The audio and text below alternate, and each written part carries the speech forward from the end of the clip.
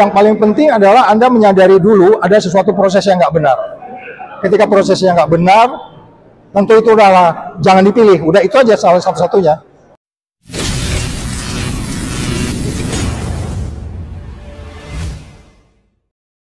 Putusan Mahkamah Agung yang mengubah persyaratan usia calon gubernur dan calon wakil gubernur pada gelaran Pilkada serentak 2024, membuat banyak kalangan yakin bahwa suasana pilkada di mana anak Presiden Jokowi menjadi peserta, akan seperti Pilpres 2024. Pasalnya, putusan Mahkamah Agung itu meloloskan anak bungsu Presiden Jokowi Kaesang Pangarep ke Pilkada 2024, karena putusan itu mengubah syarat usia calon gubernur dan calon wakil gubernur dari 30 tahun saat ditetapkan sebagai peserta pilkada, menjadi 30 tahun saat dilantik, tentunya setelah memenangkan pilkada tersebut. Jika syarat tidak diubah, Kaesang yang lahir pada tanggal 25 Desember tahun 1994 tidak bisa ikut pilkada sebagai calon gubernur ataupun calon wakil gubernur, karena ketika pilkada diselenggarakan pada tanggal 27 November tahun 2024, Kaesang masih 29 tahun. Seperti diketahui, menjelang Pilpres 2024, Mahkamah Konstitusi mengubah syarat usia Capres-Cawapres dari hanya berusia minimal 40 tahun, ditambahkan dengan ketentuan yang membuat siapapun bisa menjadi Capres atau Cawapres jika pernah atau sedang menjadi kepala daerah. Dan putusan Mahkamah Konstitusi itu meloloskan anak sulung Presiden Jokowi Gibran Rakabuming Raka ke Pilpres 2024 yang masih berusia 36 tahun. Tak heran jika ada asumsi bahwa jika Kaesang maju di Pilkada Jakarta atau di pilkada yang manapun di Indonesia, maka pilkada rasa Pilpres akan terjadi, karena diyakini seperti halnya saat Pilpres, Jokowi akan cawe-cawe untuk memenangkan anaknya, dan kali ini yang dimenangkan adalah Kaesang.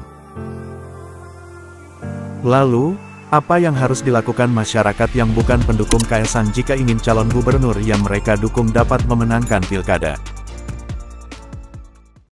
Ya, indikasinya kan sudah terlihat. Kemarin saya juga ditanya sejumlah media yang mengatakan bahwa bahkan katanya uang-uang judi online segala macam disebut-sebut itu kan. Saya ditanya juga itu. Jadi maksud saya indikasi kemungkinan cawe-cawe dari siapapun yang dalam pengertian bukan menumbuhkan demokrasi, tentu itu harus dilawan dong. Tapi kalau dalam soal mendukung-mendukung itu kan biasa. Sama dengan kita datang kemari juga dengan teman-teman HG, himpunan warga gereja Indonesia, itu sudah mendukung biasa. Tetapi kalau itu dilakukan dengan cara-cara yang disebutlah katakan tidak mendukung pertumbuhan demokrasi, tentu itu harus kita lawan. Money politik dan seterusnya harus kita lawan. Karena undang-undang itu memberi janji aja nggak boleh, apalagi memberi sesuatu. Jadi sekali lagi, cawe-cawe dalam pengertian bertentangan dengan prinsip-prinsip demokrasi yang adil dan membangun pertumbuhan demokrasi yang tidak mendukung apa yang kita sebut sebagai demokrasi Pancasila itu harus kita lawan. Kira-kira gitu, Mas. Nah, kan udah dilihat indikasinya, kenapa nggak dihajar sebelum kami kejadian seperti halnya Pilpres? Oh, nggak bisa dong, kan peristiwa itu mesti terjadi dulu. Tetapi untuk kemudian kita menjaga, kita menghimbau ke seluruh warga DKI, silakan melihat siapa sebenarnya yang punya passion untuk, katakanlah, punya passion anti korupsi, punya passion membangun kesejahteraan, punya passion membangun keadilan, punya passion membangun yang kita sebut sebagai kesetaraan, dan kemudian hal-hal lain yang terkait tidak langsung dengan kebahagiaan warga DKI. Kan kita lihat, baru 2 tahun ditinggalkan aja udah mulai ngaco kan? Ya kan udah, itu indikasinya gampang kok. Jadi nilai yang ada di kepemimpinan Anies Rashid Baswedan itu berbeda dengan nilai yang dipegang oleh kepemimpinan yang pernah ada di DKI. Ini suatu yang benar harus kita perdebatkan, kita adu, dan kita himbau masyarakat untuk menentukan pilihannya gitu. Ya, paling tidak ada perlawanan dong, misalkan sudah jelas-jelas MA itu kan sudah mengubah dalam tanda petik soal batas umur. Apa yang akan dilakukan oleh warga atau pendukung Anies? Ya, yang paling penting adalah Anda menyadari dulu ada sesuatu proses yang nggak benar. Ketika prosesnya nggak benar, tentu itu adalah jangan dipilih. Udah itu aja salah satu-satunya. Jangan dipilih. Kita harus memilih sesuatu yang pasti daripada memilih yang tidak pasti. Sudah tentulah ada suatu proses yang tidak baik. Untuk kita civil society harus turun untuk melakukan check and balance itu, memberikan respon terhadap semua itu. Tapi ketika putusan itu sudah diputuskan dalam pengertian hukum, nah tentu kita harus melakukan dengan upaya hukum juga. Nah, sekarang ini kan kita upayanya politik, masuknya di politik. Politik itu adalah mengajak nalar masyarakat untuk menilai siapa yang sebenarnya bisa membawa ibu kota kita ini, jangan lupa ini masih ibu kota, membawa ibu kota ini ke tempat di mana menjadi tumpuan bagi warganya, dan dia harus jadi contoh bagi seluruh daerah-daerah lain di Indonesia. Ini persoalan di negeri kita ini krisis kepemimpinan yang menjadi contoh. Nah, Anies Rashid Baswedan bisa jadi contoh di situ. Oke. Ya. Satu lagi mungkin aku belum menutup. Ini kan sudah ada indikasi. Kalau cuma menghimbau kepada warga atau kepada rakyat itu kan nggak bisa, karena sudah terbukti di Pilpres sebelumnya. Ah, itu makanya kita kembalikan kepada kita masing-masing di tempat kita masing-masing.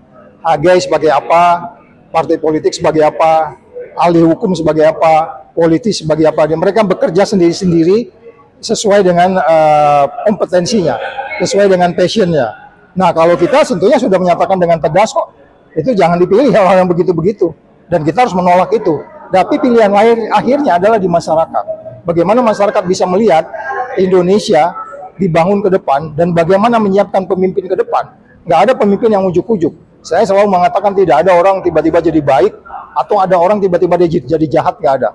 Makanya kita lihat jejak karir Anies itu terus konsisten integritasnya, dan itu yang harus dipilih. Jadi jangan memilih sesuatu yang tidak baik, dan rakyat harus disadarkan dengan nilai-nilai itu yang paling penting.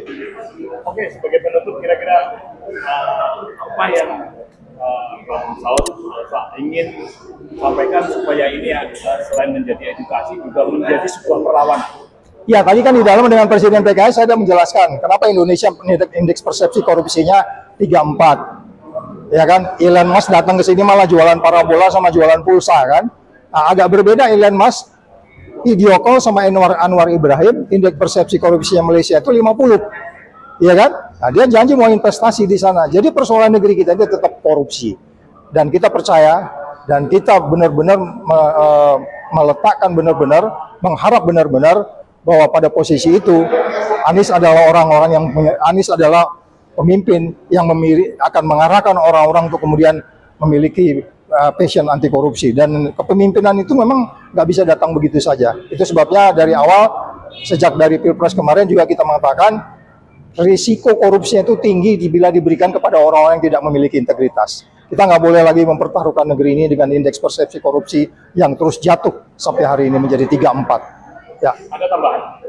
Ya, saya pikir itu dulu, dan kita berharap masyarakat menggunakan hak pilihnya dan melihat Indonesia.